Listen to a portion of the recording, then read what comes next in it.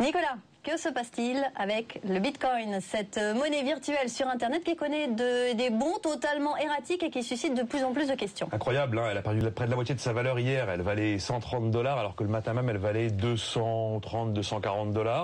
Si vous remontez à la semaine d'avant, on était à 100 $ pour le Bitcoin. Si vous remontez à l'automne dernier, 20 $. Si vous remontez à quelques mois auparavant, on était à 10 $. Et quand elle a vu le jour, en 2009, cette monnaie valait moins de 1 $. Alors, il y a plein de questions qui courent. Est-ce qu'on assiste à une bulle du Bitcoin?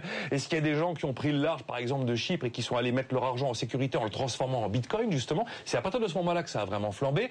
Est-ce qu'il faut encadrer cette monnaie qui est totalement dérégulée aujourd'hui? Est-ce que le Bitcoin doit entrer dans le marché monétaire classique que vous connaissez? Toutes ces questions actuellement posées. Avant d'aller plus loin, de quoi parle-t-on déjà? On parle d'une monnaie qui voit le jour en 2009. C'est un programmateur informatique qui a voulu rester anonyme, qui se fait appeler Satoshi Nakamoto. Personne ne sait qui c'est. Alors, cette monnaie, elle est sans contrôle. Elle ne passe par aucune banque centrale. La quantité est limitée. Il y a 21 millions d'unités maximum. Et actuellement, sur le marché, on recense 11 millions de bitcoins en circulation. Le taux, la valeur du bitcoin va dépendre de l'offre et de la demande. Visiblement, il y a pas mal de demandes en ce moment.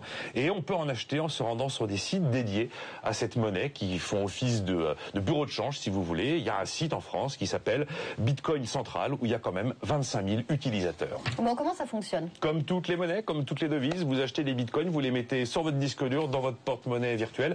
La particularité, et c'est là où ça commence à être dérangeant, c'est que tous les échanges sont totalement anonyme. C'est un univers totalement de gré à gré. Les Anglais ont une expression plus parlante. Ils parlent de OTC, over the counter.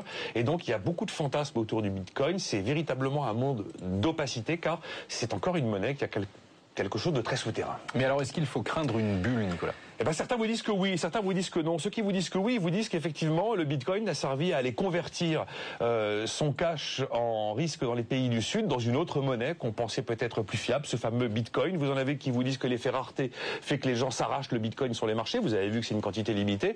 Vous en avez certains qui vous disent c'est tellement opaque, les échanges sont tellement anonymes que c'est devenu la monnaie du blanchiment d'argent, la monnaie du trafic de drogue, et d'autres qui balaient d'un revers de main l'ensemble de ces arguments. En tout cas, on est devant un véritable phénomène qui pose de véritables questions et qui exacerbe tous les phénomènes de marché, phénomènes de volatilité, phénomènes d'emballement, phénomènes de spéculation, toute cette exubérance irrationnelle caractéristique au marché. C'est une véritable terre de fantasmes, ce Bitcoin. C'est du virtuel et pourtant c'est bien réel.